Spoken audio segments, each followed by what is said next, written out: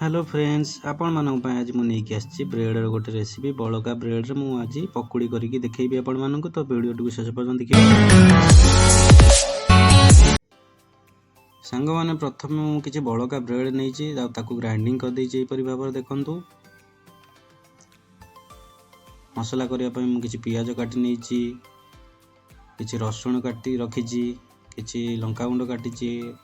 तो फ्रेंड्स देखो मुझे ग्राइंडिंग कर सारी। लंका गुंड ऐड कली, हल्दी पाउडर टी ऐड कली, किसी लुण ऐड कली टेस्ट अनुजाई, किसी मसला चिकेन मसला ऐड कर नहीं। तो फ्रेंड्स देखो एवं आम ऐड करवा। मु चाउल चूना यूज कर बेसन भी चाहिए यूज करें।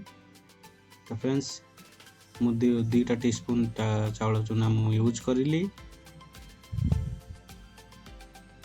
तो फ्रेंड्स एवं गोले दवा पानी देकी।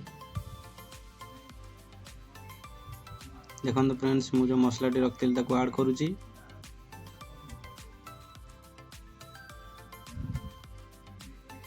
फ्रेंड्स ये आइटम टी आपण मानकु केबे देखि नथिबे, बहुत सहज कम समय रही पारे। तो घरे ट्राई करंतु, निहाती बहुत भल लागिवो।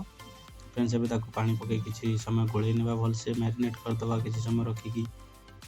तो फ्रेंड्स देखो मु किछि बेकिंग सोडा ऐड करछि फुलिबा पई। एटा ऑप्शनल, आपण माने चाहिले ऐड करि परिबे न नाही। तो फ्रेंड्स देखो मु कढ़ाई रे तेल किछि गरम करुछि, ता देरे एबे मु ऐड कली। फ्रेंड्स ए पर्यंत जदि आपण मानको मो वीडियो टी भल लागि तो वीडियो टी को लाइक करंतु, चैनल टी को सब्सक्राइब कर दियंतु, आ बेल आइकन टी को क्लिक कर दियंतु, जहा फल कि आपण माने मो नुवा नोटिफिकेशन पाई परिबे।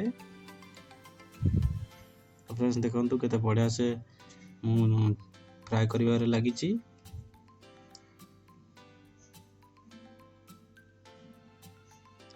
बहुत टेस्टी लगी था ये आइटम टी। आपण माने भी केबे ट्राई करंतु, वेस्ट करंतुनी। जो जिनस बलुची तादरे भी आम किसी रेसिपी करि परिबा। फ्रेंड्स बहुत अति कम समय रेडी हो, बेसी समय लगे 2 ରୁ 4 मिनट भीतर रेडी हो। आपण माने बेसी फ्राई करेंगे, हल्का हल्का एमती फ्राई करेंगे। ताको मझे मझे टिके एपट सेपट करुवे, कहीं ब्रेड टी बहुत जल्दी छाणी जाए। तो फ्रेंड्स गोटे कथा मन रखिए, छाणी सारा पर आपण मैंने आपको टिश्यू पेपर रे किसी समय रखीदे, जहाँफल कि ब्रेड टी बहुत तेल टाणी थाए, आ से तेल को ऑब्जर्व करनब।